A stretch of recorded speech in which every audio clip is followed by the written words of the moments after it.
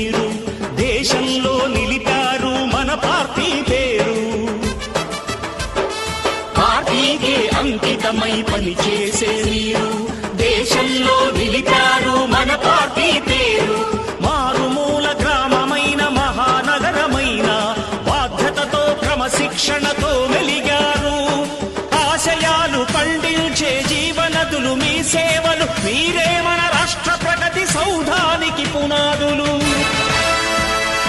అణుశక్తికి కోటి రెట్లు మీ శ్రమ శక్తి, ప్రజలకు చేకూర్చనుంది సుఖము శాంతి.